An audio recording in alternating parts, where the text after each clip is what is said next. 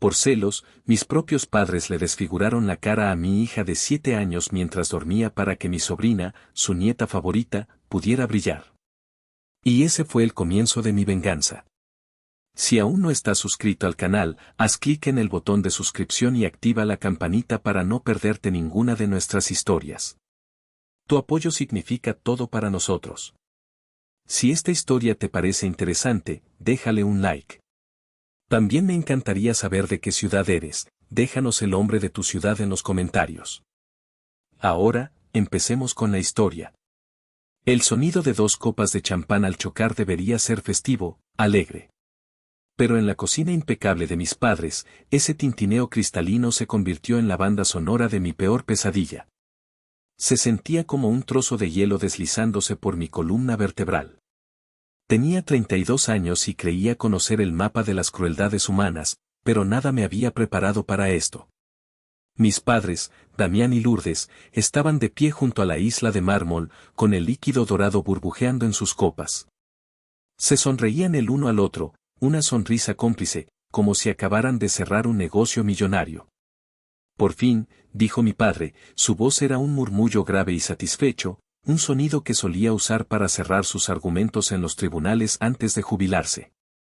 Por fin, va a estar a la altura de lo que vale. No entendí. Mi mente, cansada por el viaje de 3 horas desde nuestro pequeño apartamento hasta su opulenta casa en Guadalajara, no lograba procesar la frase. ¿De quién hablaba?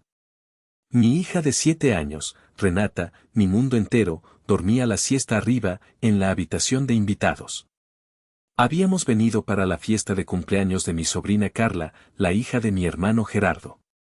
La fiesta estaba a punto de empezar. Renata estaba agotada, así que la arropé, le di un beso en su frentecita suave y bajé para ayudar con los últimos preparativos. Ahora mi madre soltó una risa. No era una risa alegre. Era un sonido corto, agudo, desprovisto de cualquier calidez, que me heló la sangre en las venas. ¿Qué está pasando?, pregunté, mi voz sonó más débil de lo que pretendía. Di un paso hacia las escaleras, una urgencia repentina y animal apoderándose de mí. Mi padre se movió, bloqueándome el paso. Es un hombre alto, imponente, y usó cada centímetro de su estatura para intimidarme. Tu hija está durmiendo, Elisa. No la despiertes. Necesita descansar. Algo en su tono, una calma antinatural, hizo que mi estómago se revolviera. ¿Papá? ¿Qué hicieron? Simplemente nos aseguramos de que el día especial de Carla siga siendo el día especial de Carla, dijo mi madre, rellenando su copa sin mirarme. Tu hija siempre acapara la atención con esa carita preciosa que tiene. Siempre la bonita, siempre aquella por la que la gente se desvive. Hizo una pausa y me miró por primera vez, sus ojos eran 2 esquirlas de hielo. Bueno, pues hoy no. Empujé a mi padre. No con fuerza, pero con la suficiente desesperación para que se apartara, sorprendido. Subí las escaleras de 2 en 2, el corazón martilleándome contra las costillas tan fuerte que pensé que se me saldría del pecho. Detrás de mí, escuché la voz de mi madre, afilada y cruel, Elisa, ni se te ocurra montar una escena. Los invitados están por llegar. La puerta de la habitación de invitados estaba cerrada. La abrí de un empujón.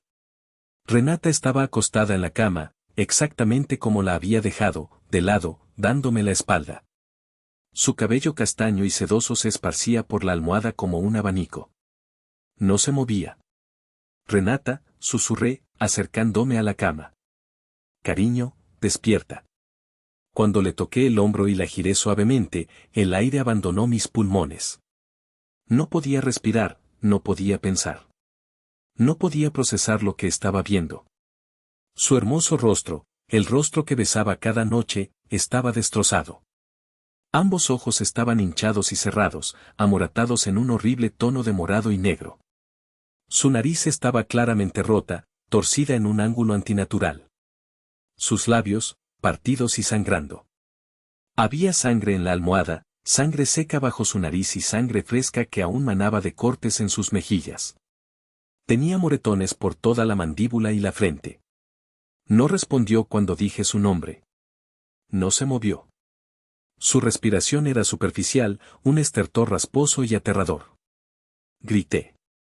Un sonido que nunca antes había hecho, gutural, animal, un sonido que venía de lo más profundo de mi alma rota. Tomé a Renata en mis brazos, su pequeño cuerpo inerte y cálido, y bajé corriendo las escaleras, tropezando, sin importarme nada más que el pequeño bulto que llevaba en brazos. Mis padres estaban ahora en el vestíbulo, saludando a mi hermano Gerardo y a su esposa, Jimena. Mi sobrina Carla estaba entre ellos, con su vestido de fiesta, sosteniendo un regalo. Todos se giraron al oírme. «Llamen al 911», grité, mi voz rota por el pánico. «Llamen al 911 ahora mismo». El rostro de mi madre palideció, pero no de preocupación. Era la palidez de la ira, de haber sido descubierta. La mandíbula de mi padre se tensó, sus ojos se entrecerraron en dos rendijas peligrosas. «¿Qué ha pasado?», preguntó Gerardo, sus ojos desorbitados al ver la cara de Renata. Jimena ahogó un grito y se llevó una mano a la boca. «Fueron ellos», logré decir, señalando a nuestros padres con la barbilla mientras acunaba a Renata. «Le pegaron a mi hija. Mientras dormía». «Eso es absurdo», espetó mi padre, pero su voz, por primera vez en su vida, tembló ligeramente. «Hemos estado abajo todo el tiempo». «Lo estaban celebrando», grité, las lágrimas mezclándose con la rabia.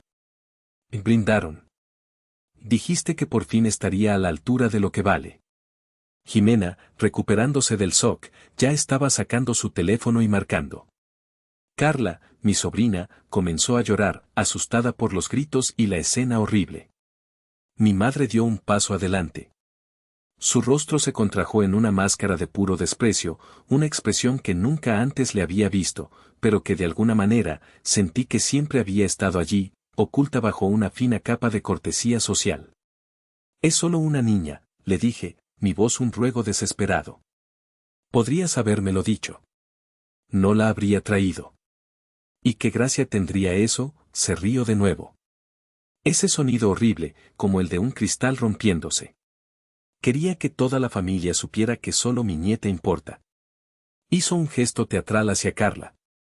«Esa es mi nieta de verdad, la hija de Gerardo. Tu hija no es nada.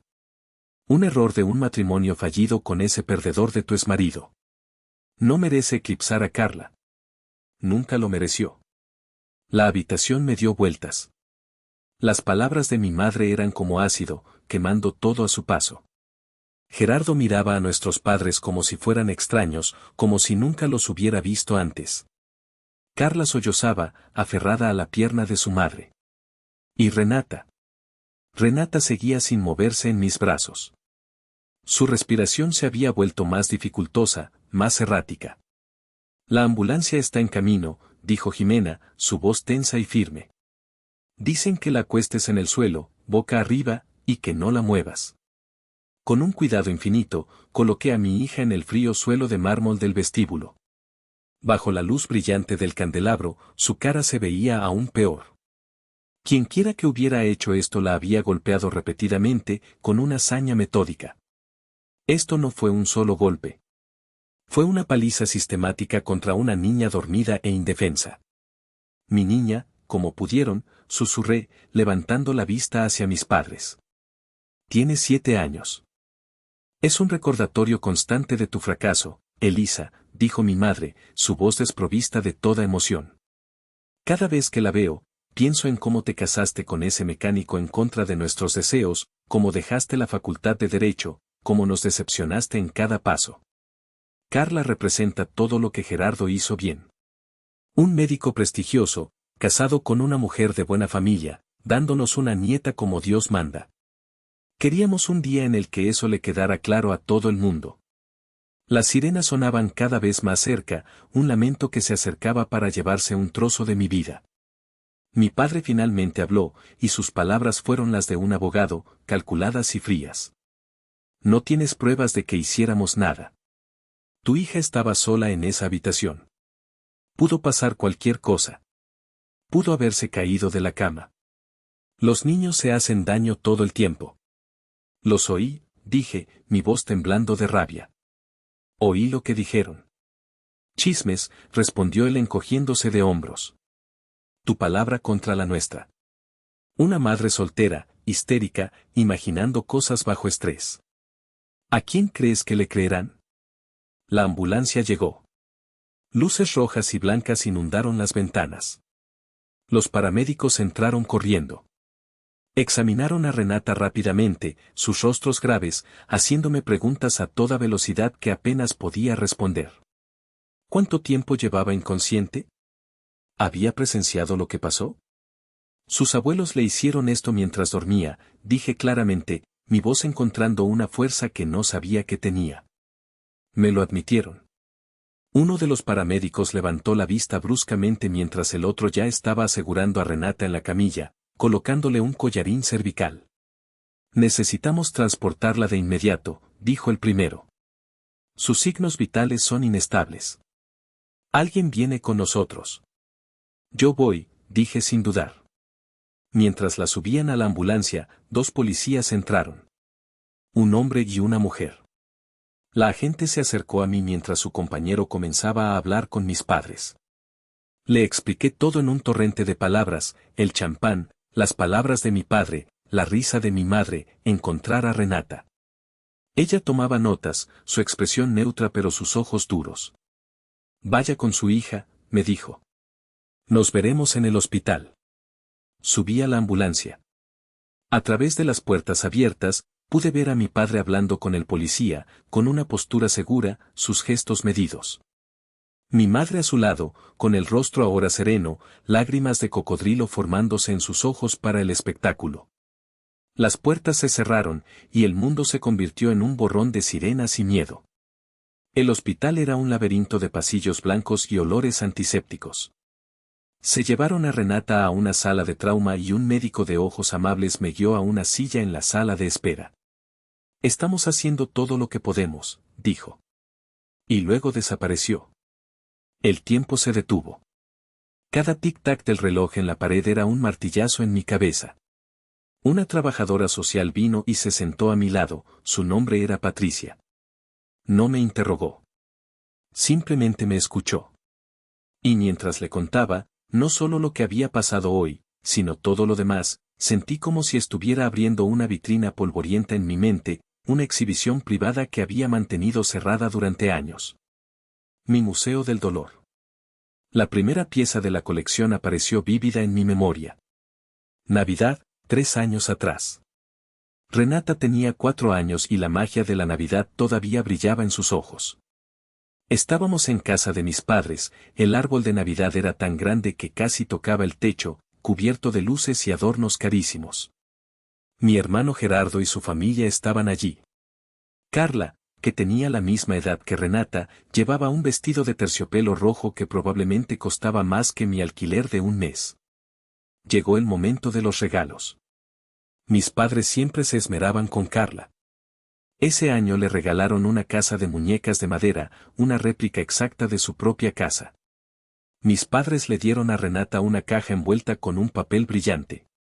Renata la abrió con sus deditos torpes, y dentro había una muñeca de porcelana con un vestido de seda azul, exactamente la que había señalado en el catálogo de una tienda departamental semanas antes.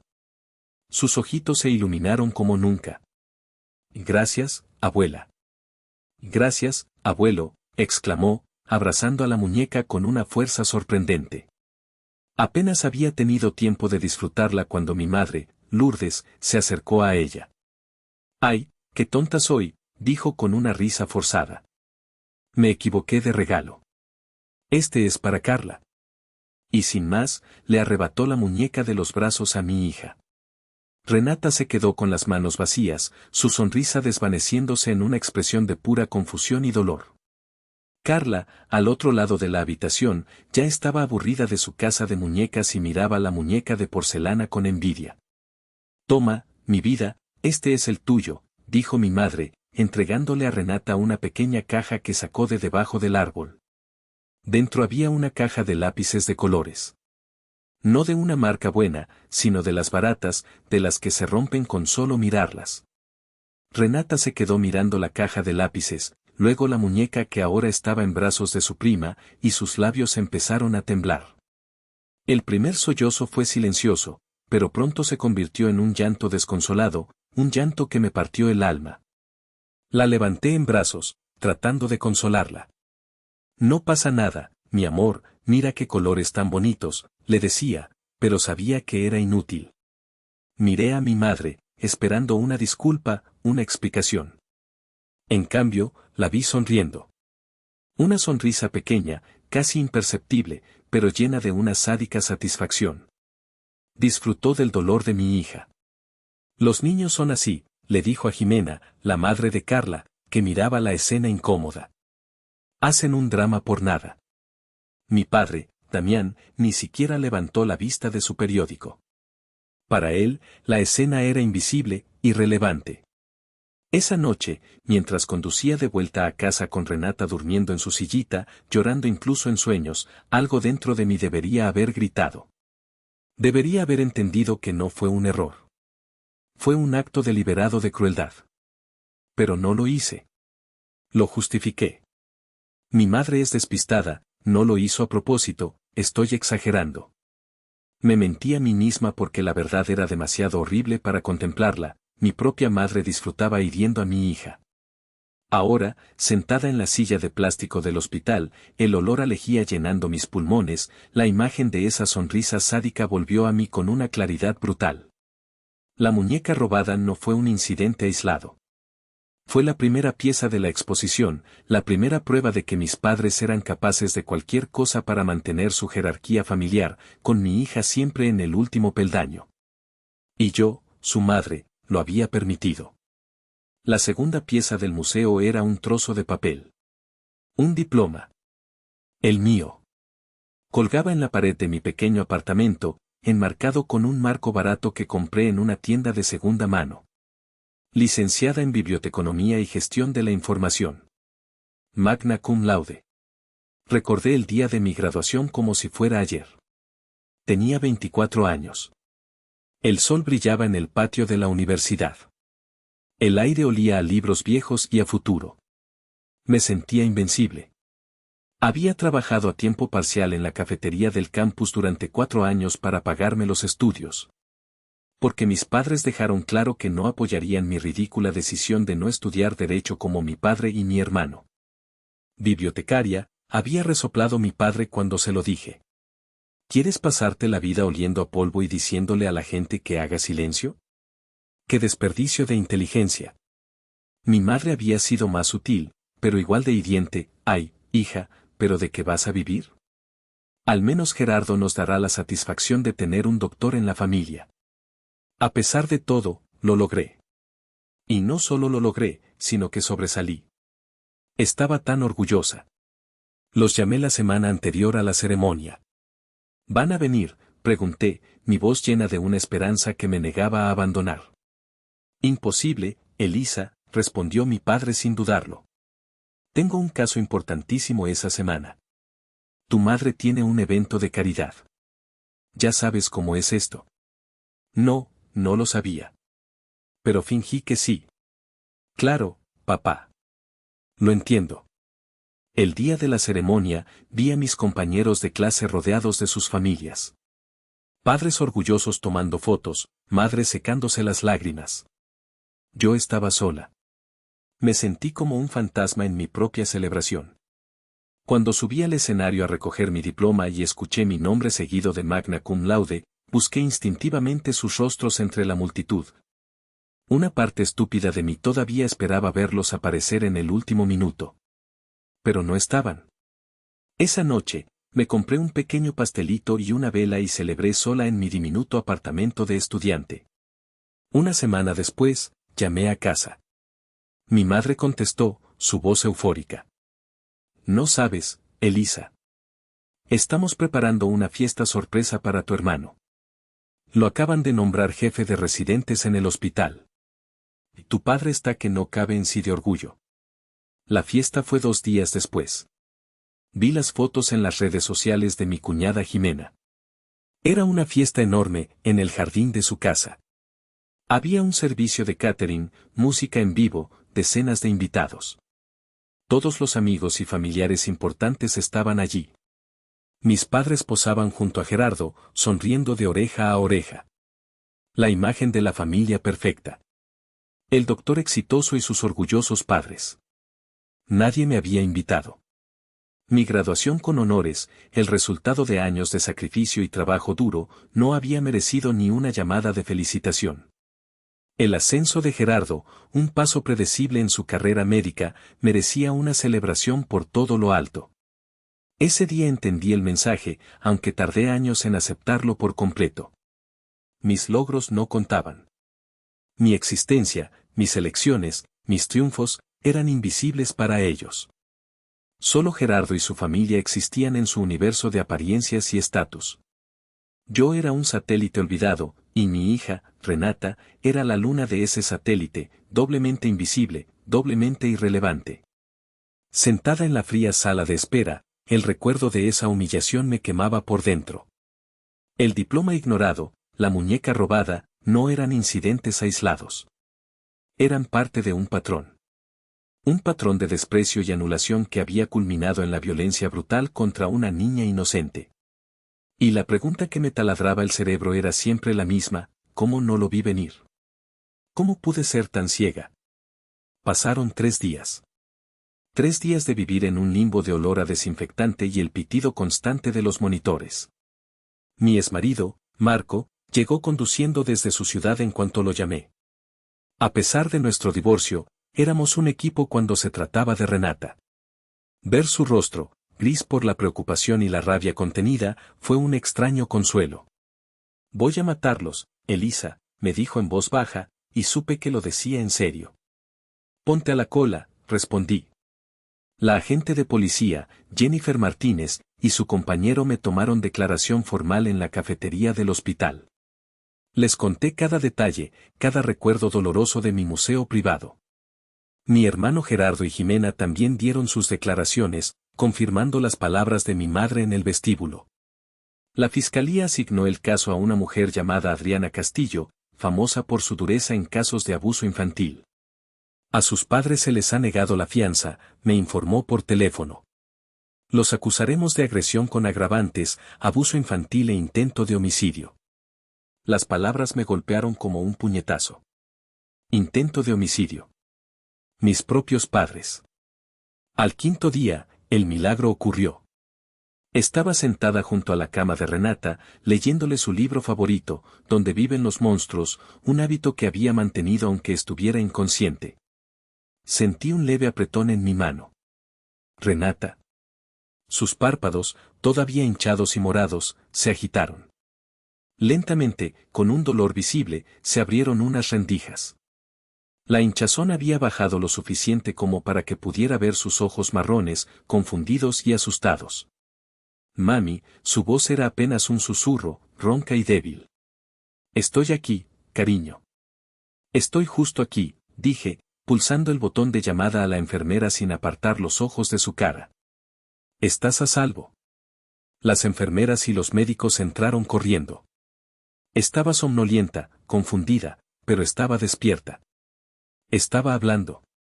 Sabía quién era yo. Pero la verdadera fractura, el punto de no retorno, llegó una semana después.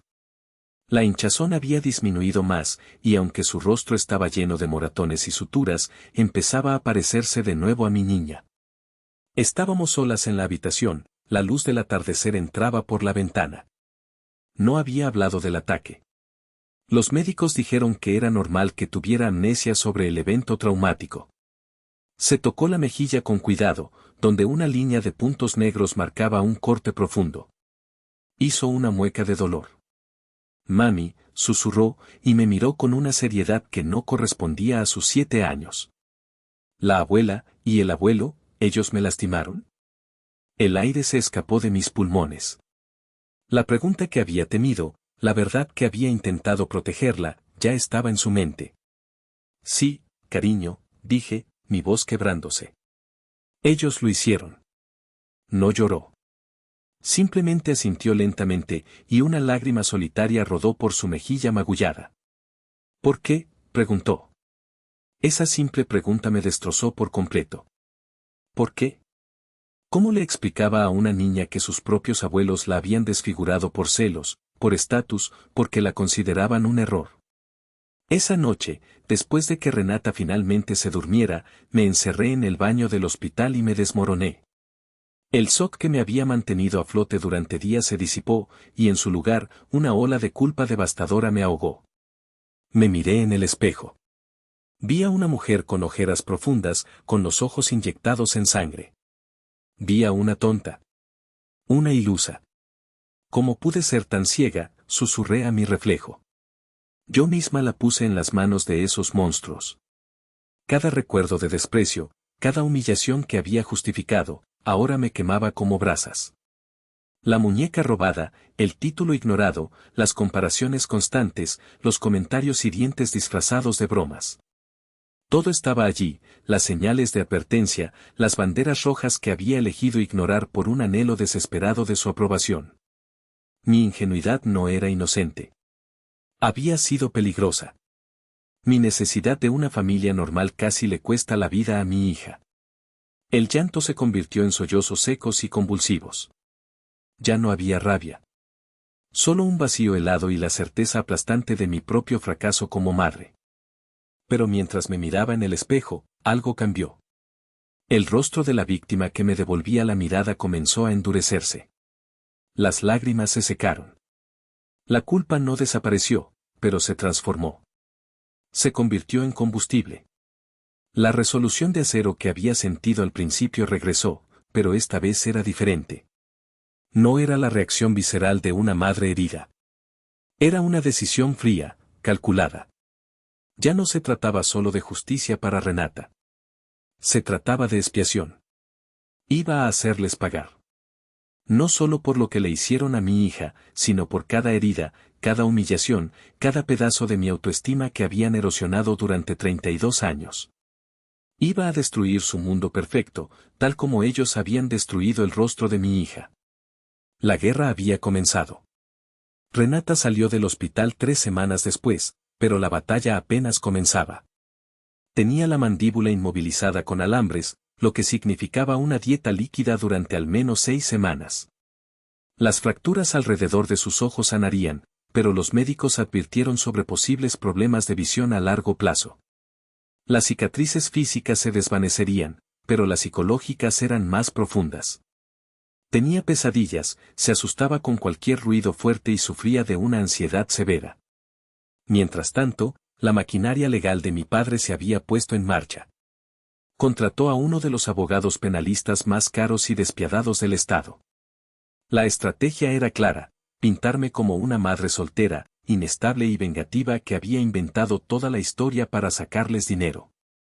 Sus amigos de la alta sociedad comenzaron a llamarme, algunos con falsas condolencias, otros para decirme sutilmente que estaba cometiendo un terrible error.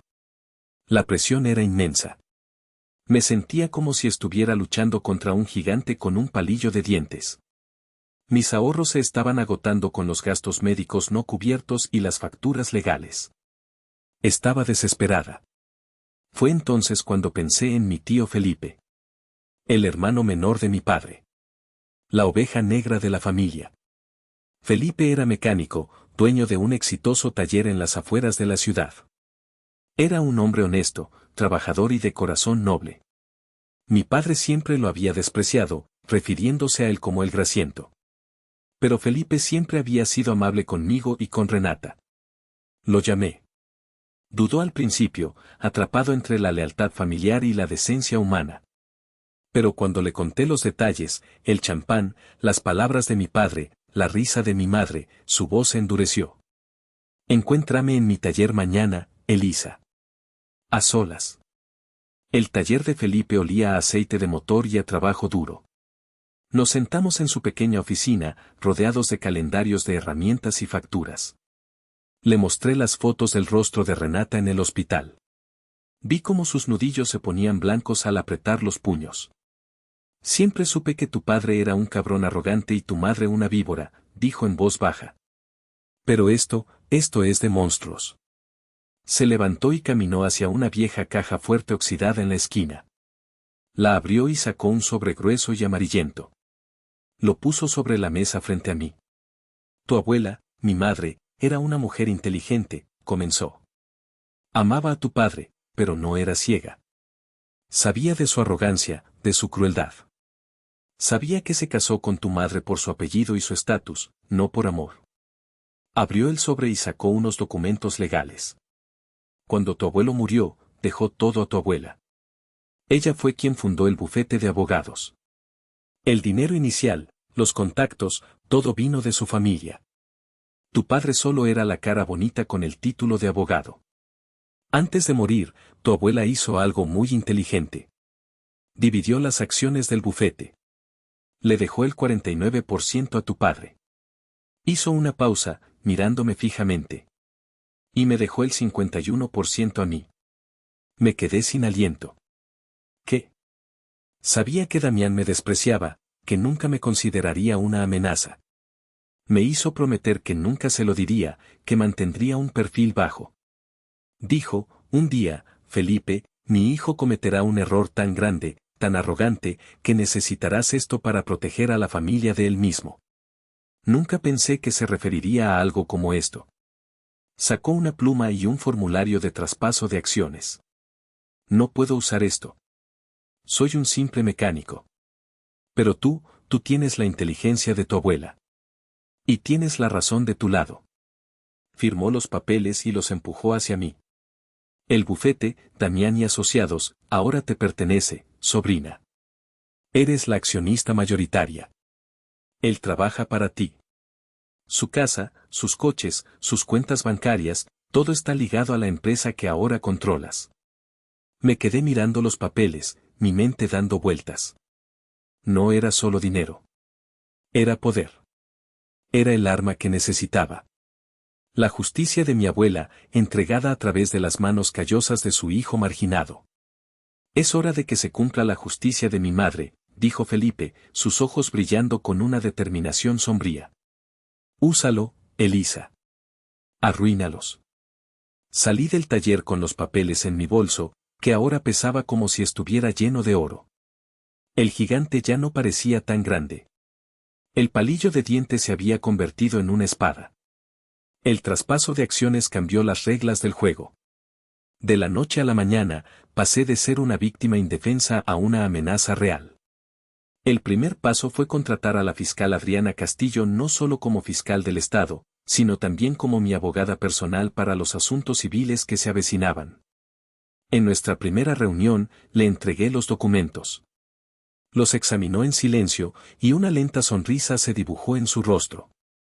Bueno, dijo. Esto se pone interesante.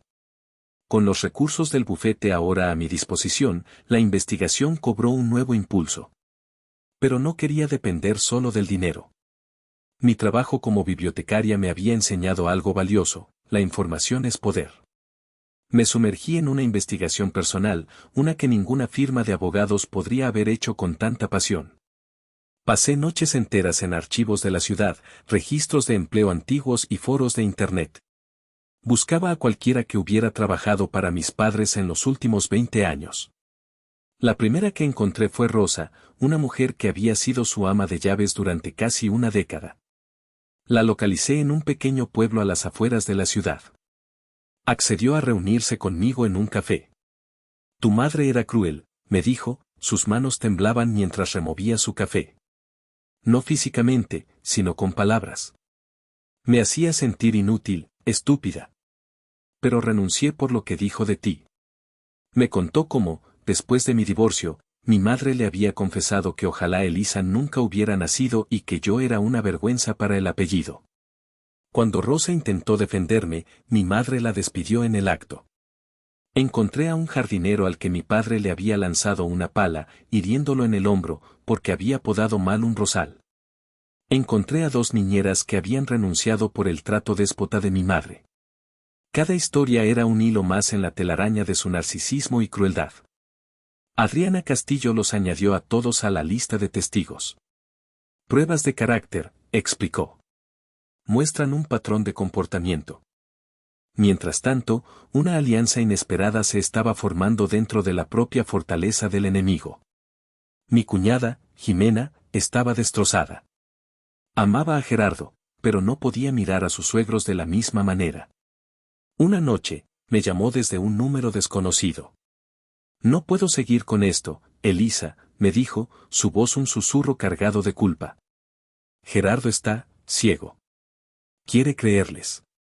Dice que su madre estaba en shock, que no quiso decir lo que dijo. Pero yo la vi. Vi su cara. Estaba orgullosa.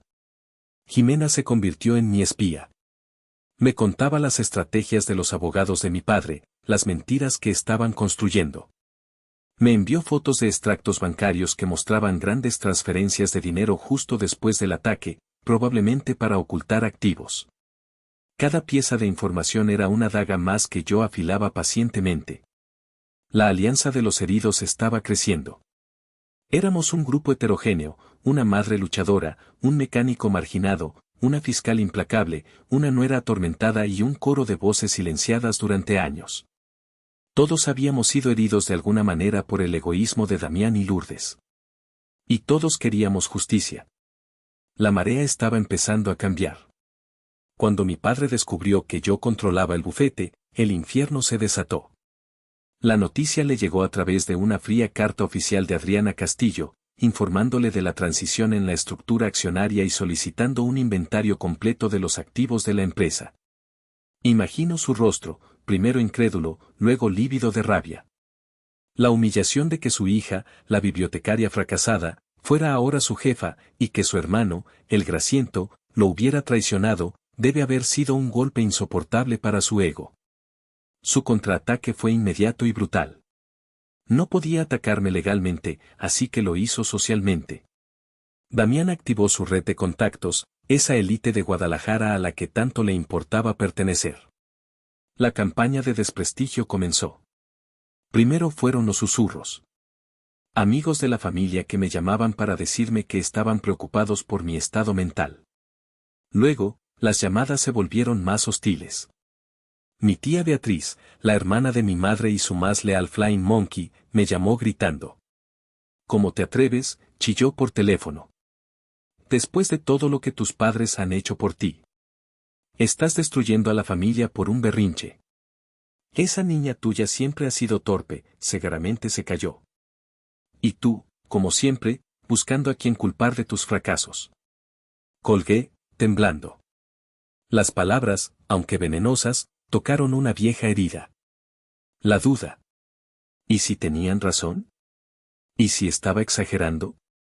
Pero entonces miraba a Renata, luchando por sorber su sopa a través de una pajita con la mandíbula alambrada, y la duda se convertía en furia.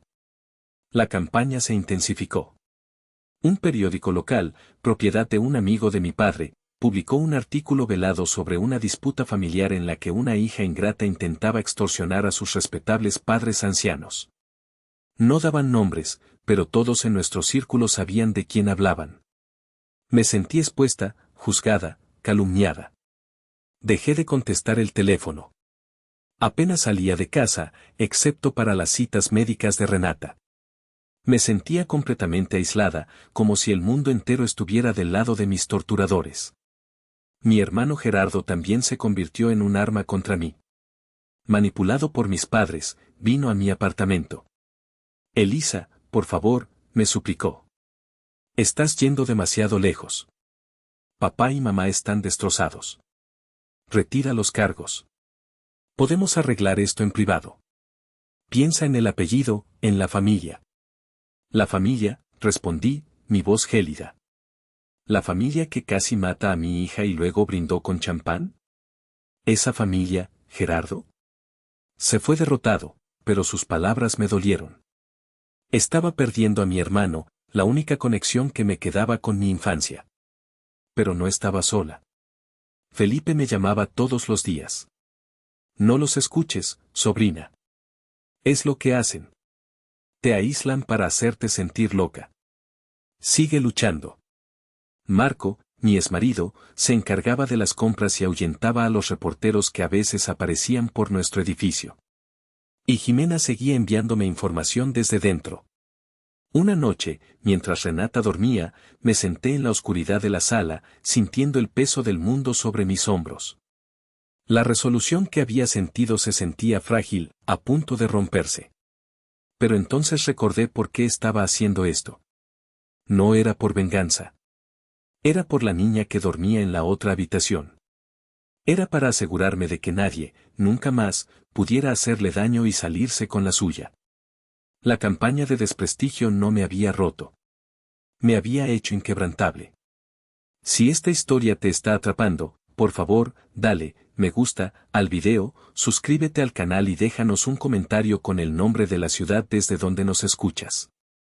Cada comentario ayuda a que esta historia llegue a más personas. Muchas gracias por tu apoyo. El día que comenzó el juicio, el juzgado parecía un teatro. Reporteros, curiosos y miembros de la alta sociedad de Guadalajara llenaban las bancas, todos esperando el espectáculo. Mis padres llegaron vistiendo sus mejores galas, como si fueran a una gala de ópera. Mi padre, Damián, con un traje impecable, asentía cortésmente al juez. Mi madre, Lourdes, con un elegante vestido y un pañuelo de seda para secarse las lágrimas de cocodrilo. Quería gritarles, vomitar de asco. El abogado de mi padre, un hombre llamado Morrison, era tan pulcro y letal como una serpiente de coral. Su estrategia fue evidente desde el primer minuto, destrozar mi credibilidad. Me pintó como una mujer resentida, celosa del éxito de mi hermano y de la relación de mis padres con mi sobrina. Sacó a relucir mi divorcio, mi modesta vida, mi decisión de dejar la carrera de derecho. No es cierto, señora Elisa, que usted albergaba un profundo resentimiento hacia sus padres, preguntó, su voz resonando en la sala. Me dolía su trato hacia mi hija, respondí firmemente, mirando al jurado. Pero nunca resentí a mi sobrina. ¿No es cierto que usted misma golpeó a su hija en un ataque de ira y culpó a sus padres para vengarse por años de desaires percibidos? Continuó, cada palabra una gota de veneno. Y eso es una mentira asquerosa, espeté, incapaz de contenerme. Y jamás le haría daño a mi hija. Pero si le hizo daño, no es así, contraatacó él. Al dejarla sola con personas que, según usted, la despreciaban. Una madre responsable no haría eso. Adriana Castillo, mi abogada, objetó, pero el daño estaba hecho. Morrison estaba plantando la semilla de la duda en la mente del jurado. El punto más bajo llegó cuando la fiscalía proyectó las fotos de las lesiones de Renata en una pantalla gigante. Eran imágenes brutales, clínicas. El rostro de mi niña, hinchado, amoratado, apenas reconocible. Varios miembros del jurado jadearon.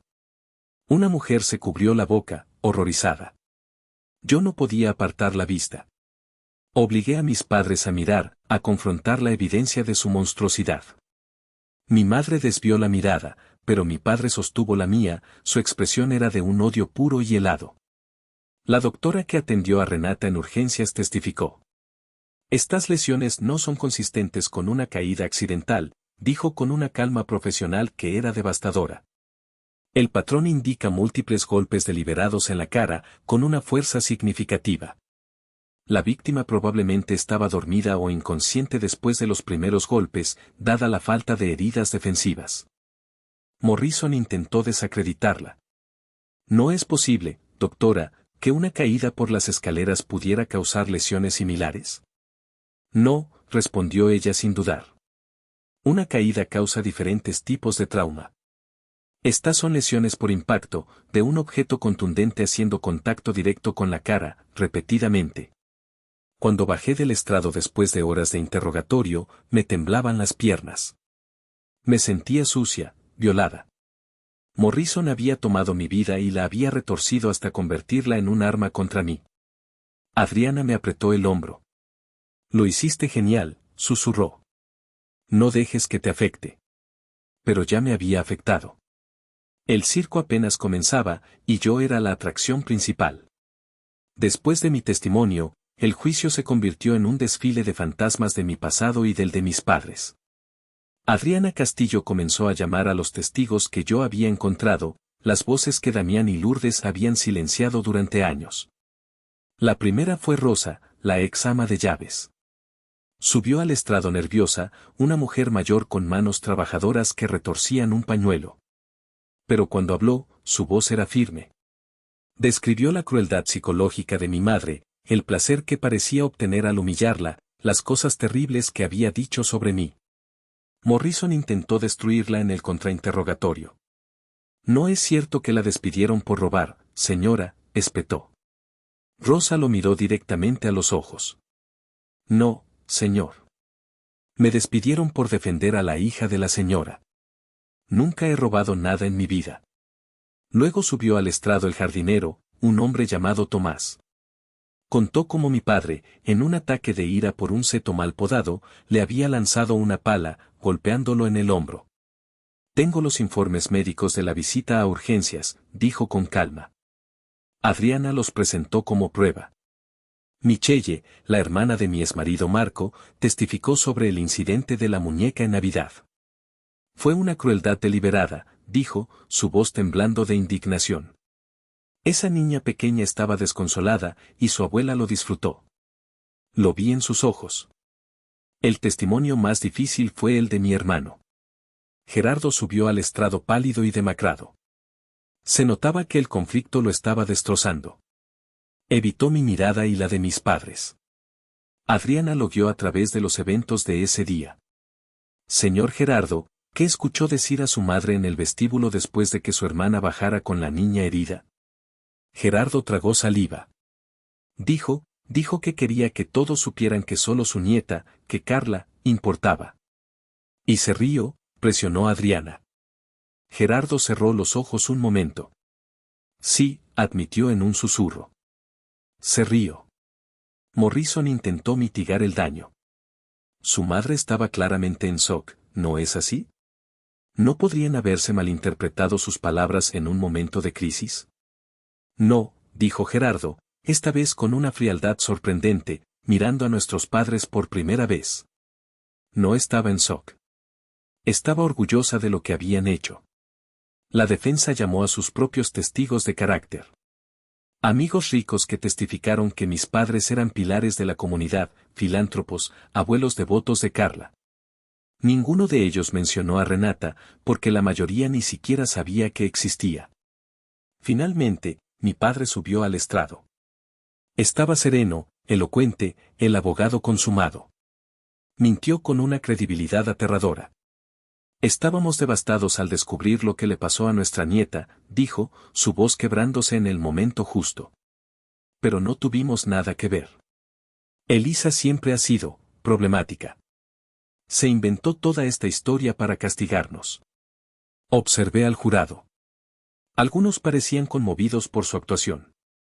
Otros, sin embargo, miraban las fotos de las lesiones de Renata que seguían en la pantalla, y sus rostros eran máscaras de escepticismo. La sala estaba dividida. La balanza de la justicia podía inclinarse hacia cualquier lado. La defensa descansó su caso con un aire de confianza. Morrison había logrado sembrar la duda. Mi padre había ofrecido una actuación digna de un Oscar. Parecía que la estrategia de la hija loca y vengativa podría funcionar. Sentí un nudo de hielo en el estómago. Entonces, Adriana Castillo se puso de pie. La fiscalía llama a un último testigo de refutación, anunció con una voz clara y resonante.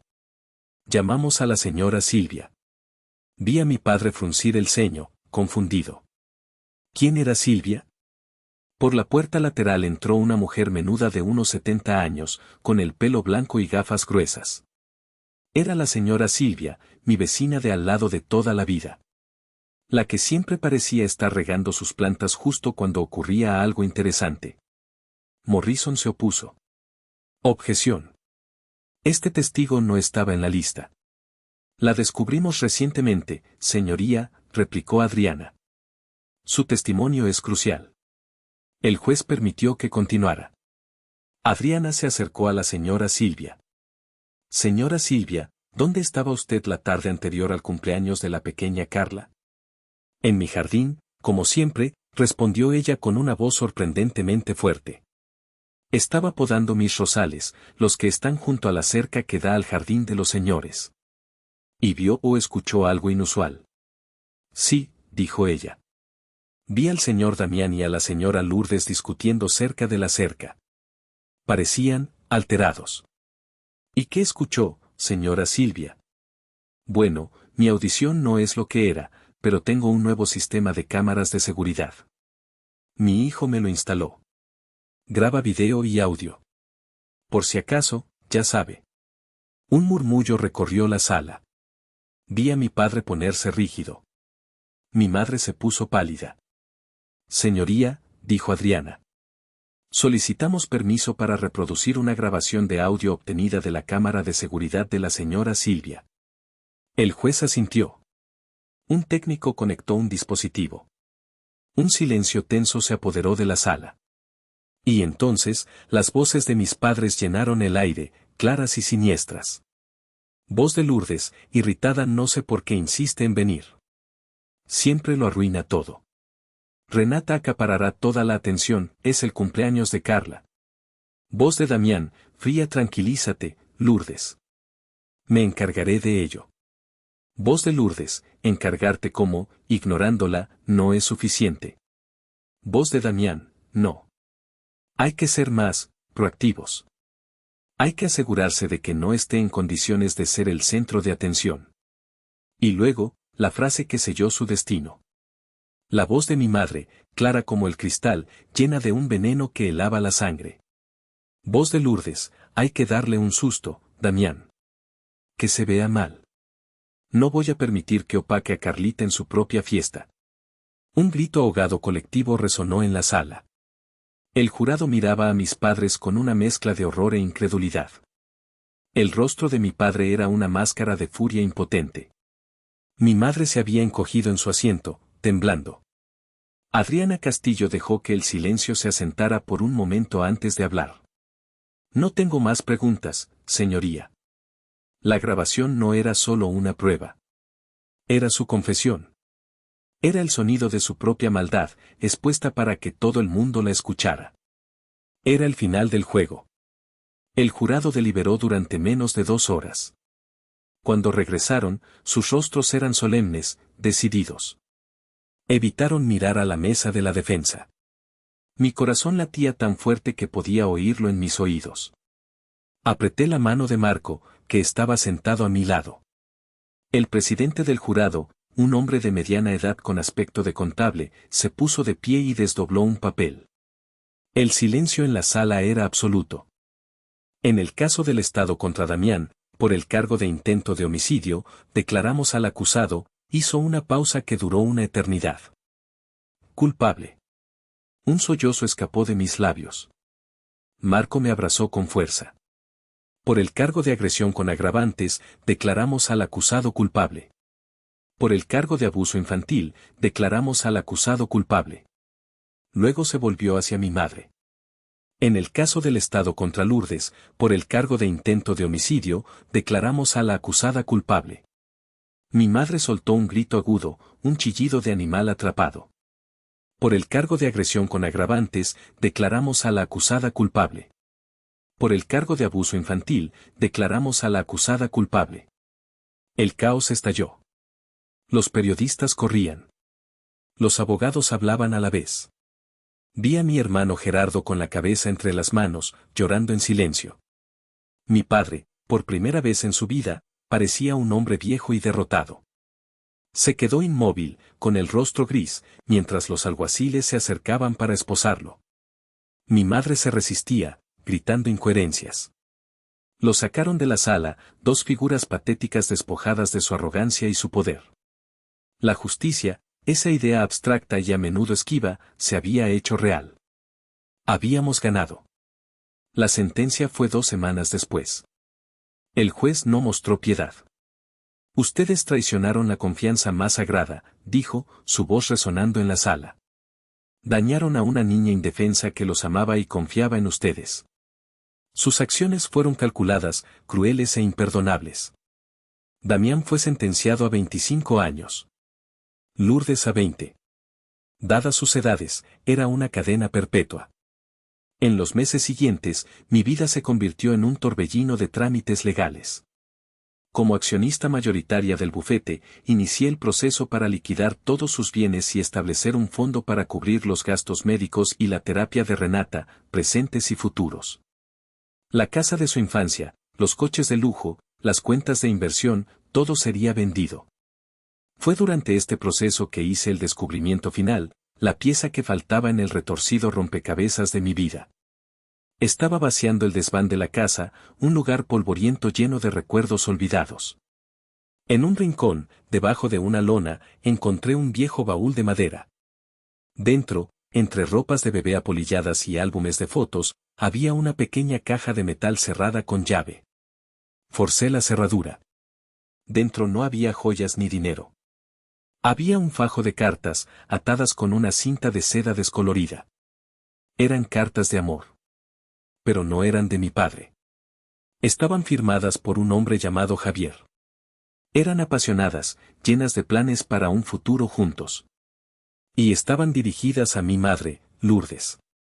Las leí una por una, sintiendo un escalofrío. Databan de un año antes de que mis padres se casaran. Hablaban de encuentros secretos, de un amor prohibido. Y entonces, en la última carta, encontré la frase que lo cambió todo. Lourdes, amor mío. No puedes hacer esto. No puedes casarte con él solo por su dinero y su apellido. ¿Y qué hay de nosotros? ¿Qué hay de nuestro bebé? Sé que tienes miedo, pero podemos huir juntos. Criaremos a nuestra hija lejos de todo esto. Por favor, no me dejes. No nos dejes. Tuyo siempre, Javier. La carta estaba fechada 9 meses y 2 semanas antes de mi nacimiento. El mundo se detuvo. Todo encajó. La frialdad de Damián, que nunca me había mirado como a una hija. El odio resentido de Lourdes, que me veía no como su hija, sino como el recordatorio viviente de un amor que había abandonado por ambición. Yo era el secreto, la vergüenza, la mancha en su vida perfecta. Mi existencia era la prueba de su traición. No era solo el hijo dorado contra el chivo expiatorio. Era mucho más profundo, más oscuro. Damián nunca me había visto como suya. Lourdes me odiaba porque, al mirarme, se odiaba a sí misma. Y Renata, mi pobre Renata había pagado el precio de los pecados de su abuela. No lloré. Ya no me quedaban lágrimas. Solo sentí una extraña y amarga liberación. El desprecio que me habían mostrado toda mi vida ya no era un misterio inexplicable. Tenía un origen. No era mi culpa. Nunca lo había sido. Salí del desván y cerré la puerta de esa casa para siempre, dejando atrás los fantasmas de una familia que nunca fue realmente la mía. La venganza se había cumplido, pero descubrí que la venganza es un plato que, aunque se sirva frío, deja un regusto amargo. Ver a mis padres en la cárcel no me trajo la alegría que esperaba, solo un vacío sordo. La verdadera tarea, la más difícil, era reconstruir. Decidí no vender el bufete de abogados. En cambio, lo reestructuré desde los cimientos. Despedí a los socios leales a mi padre y contraté a abogados jóvenes e idealistas. Cambié el nombre de Damián y Asociados a Fundación Jurídica Renata.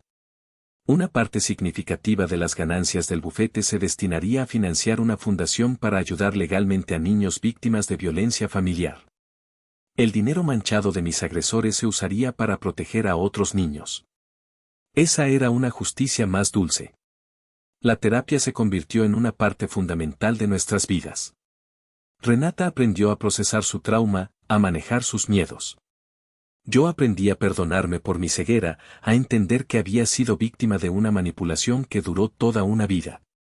La relación con mi hermano Gerardo y Jimena se reconstruyó lentamente, con cautela. Él estaba devastado, lidiando con la monstruosa verdad sobre sus padres. Pero eligió la verdad. Rompió todo contacto con ellos y se centró en ser un buen padre para Carla y un buen hermano para mí. Las primas, Renata y Carla, volvieron a jugar juntas. Al principio con cuidado, pero poco a poco, la inocencia infantil sanó las heridas que los adultos habían creado. Formamos una nueva familia, una más pequeña, más frágil, pero construida sobre cimientos de honestidad y amor real. Marco, mi exmarido, se convirtió en mi mejor amigo y mi mayor apoyo. Nuestra relación como padres se fortaleció, unida por la adversidad. Juntos, creamos un escudo de amor y normalidad alrededor de Renata. Un año después del juicio, en una tarde soleada de primavera, estaba sentada en el jardín de nuestra nueva casa, una casa pequeña pero llena de luz. Observaba a Renata, que ahora tenía 8 años, corriendo por el césped, riendo a carcajadas mientras jugaba con su prima Carla. Tenía una cicatriz delgada y casi invisible en la mejilla, un recordatorio permanente de lo que habíamos pasado. Pero sus ojos ya no estaban llenos de miedo. Brillaban con vida, con alegría. Su risa era el sonido más hermoso del mundo. Entendí entonces que la verdadera victoria no fue el veredicto del jurado ni la liquidación de sus bienes. La verdadera venganza no era ver a Damián y Lourdes pudriéndose en la cárcel. La verdadera victoria era esa risa. Era Renata jugando sin miedo. Era verla dormir tranquilamente por la noche. Era saber que estaba a salvo, que estaba sanando, que estaba rodeada de personas que la amaban incondicionalmente. Ellos habían intentado destruirla, romper su rostro y su espíritu para demostrar que no valía nada. Pero en su intento, solo habían revelado su propia podredumbre y habían demostrado lo que yo siempre había sabido: el valor de mi hija era inmenso, inquebrantable. Intentaron destruir a mi hija para demostrar que no valía nada. Al final, sus propias acciones le demostraron al mundo que ella es invaluable. Hice todo esto para protegerla. Ahora díganme ustedes, ¿hice mal? Gracias por escuchar esta historia hasta el final. Si te ha gustado, no olvides darle me gusta, suscribirte y compartirla. Nos vemos en la próxima historia.